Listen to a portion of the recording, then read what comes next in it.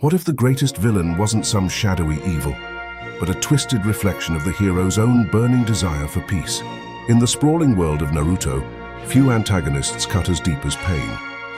He arrived during the Naruto, Shippuden era, a godlike leader whose chilling pronouncements and terrifying power radiated an almost untouchable presence.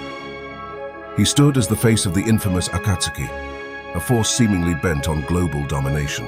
But beneath the ominous cloak and the fearsome reputation was a profound secret, a complex, horrific deception. Pain wasn't one person, it was an alias, a haunting ballet of 6 controlled corpses, each a puppet to a singular tormented mind.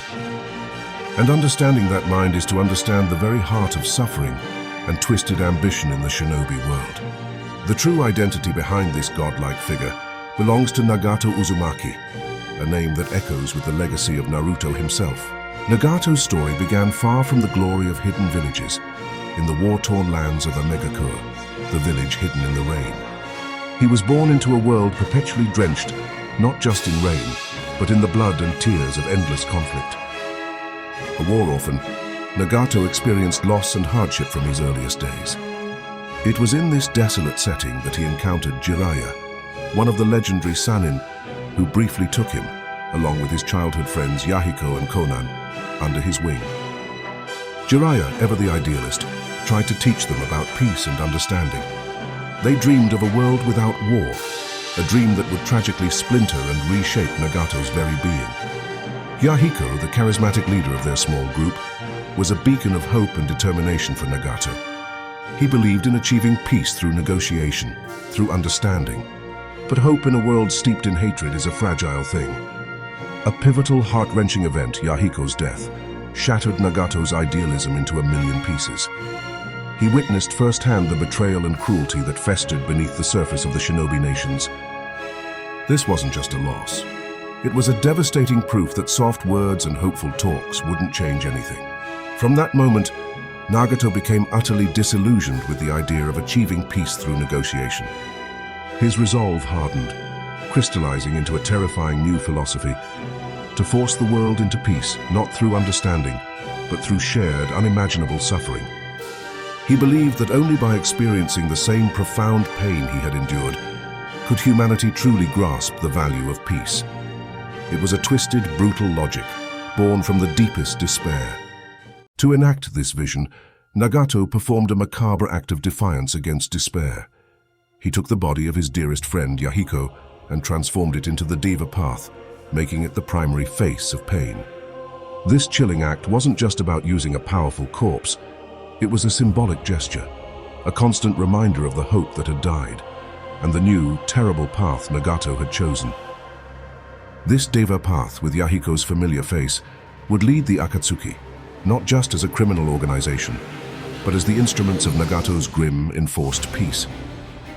The power Nagato wielded to achieve this was the legendary Rinnegan, eyes said to belong to a god, capable of unimaginable feats. He used these eyes to transmit his chakra into 6 different corpses, controlling them remotely as his 6 paths of pain. Each body was linked to him through black receivers, thin, rod-like piercings that protruded from their skin. This horrifying network allowed him not only to control each body with intricate precision, but also to share their vision, giving him a panoramic view of any battlefield. Each of these 6 paths was imbued with a specific legendary power, making them a force unlike anything the shinobi world had ever seen. The Deva Path, as we discussed, was Yahiko's body, the spokesperson and the most strategically devastating of the group. Its power was the absolute manipulation of gravity. Imagine a force that could repel everything in its path with unimaginable strength. Shinra Tensei, capable of leveling an entire village in an instant. Or the inverse Bansho Tenin, pulling objects and people directly into its grasp, making escape futile. This path was often the one delivering Nagato's chilling monologues, its familiar face a cruel irony to those who knew Yahiko. Then there was the Asura Path, a nightmarish fusion of flesh and steel. This body could augment itself with mechanical armor and weaponry, transforming limbs into missiles, sprouting rocket boosters for flight, or unleashing laser cannons from its mouth. It was a purely destructive force, relentless and terrifying, capable of overwhelming opponents with sheer firepower. The human path was perhaps the most psychologically horrifying. This path had the gruesome ability to read a person's mind simply by placing a hand on their head. But its true horror lay in its immediate follow-through. With a swift motion, it could rip out a person's soul, instantly killing them and absorbing their memories. It was a quick, silent, and absolute end. The animal path was a master of summoning. It could call forth a vast array of massive, often grotesque and nearly immortal creatures. These weren't just ordinary summonings. They were terrifying beasts like giant multi-headed dogs that could regenerate, massive chameleons that could turn invisible, or rhinos that could charge through anything. They were an unstoppable wave, designed to overwhelm and destroy. Next we had the Preta Path, a defensive powerhouse. This body possessed the unique ability to absorb all forms of chakra and ninjutsu attacks. Any energy-based technique, no matter how powerful, would simply be nullified upon contact, making it nearly invincible against most shinobi. It could even drain the chakra directly from an opponent, leaving them powerless. Finally, the Naraka Path served a dual, chilling purpose. It could summon the King of Hell, a massive shadowy demon which would interrogate enemies by seizing their tongue. If the interrogated person lied, their life force would be crushed.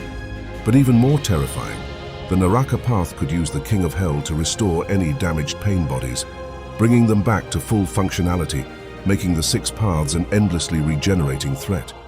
This complex system, orchestrated by Nagato, was the engine behind his grim philosophy.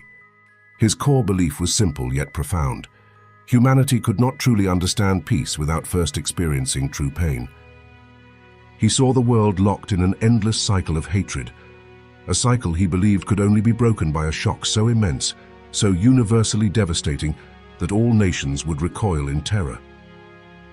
His grand plan was to use the immense power of the tailed beasts to create a weapon of mass destruction, a force so potent that its mere existence would act as a deterrent. No one would dare to fight if it meant facing such an annihilating power. He wanted to force all nations to stop fighting, not out of love or understanding, but out of absolute paralyzing fear. This is why Pain is so widely considered one of the best written villains in the series. His motives, as dark and destructive as they are, aren't born of simple evil or lust for power. They are a twisted, dark reflection of Naruto's own goals. Both seek peace, both yearn to end the cycle of war and hatred, but their methods are diametrically opposed. Nagato's path was forged in the fire of absolute loss and despair, leading him to believe that only through shared suffering could true understanding emerge. He was a mirror, showing Naruto the terrifying potential of his own ideals, pushed to their most extreme and brutal conclusion. He didn't just want to fight Naruto. He wanted to challenge his entire philosophy, to prove that his own tragic experience held the ultimate truth.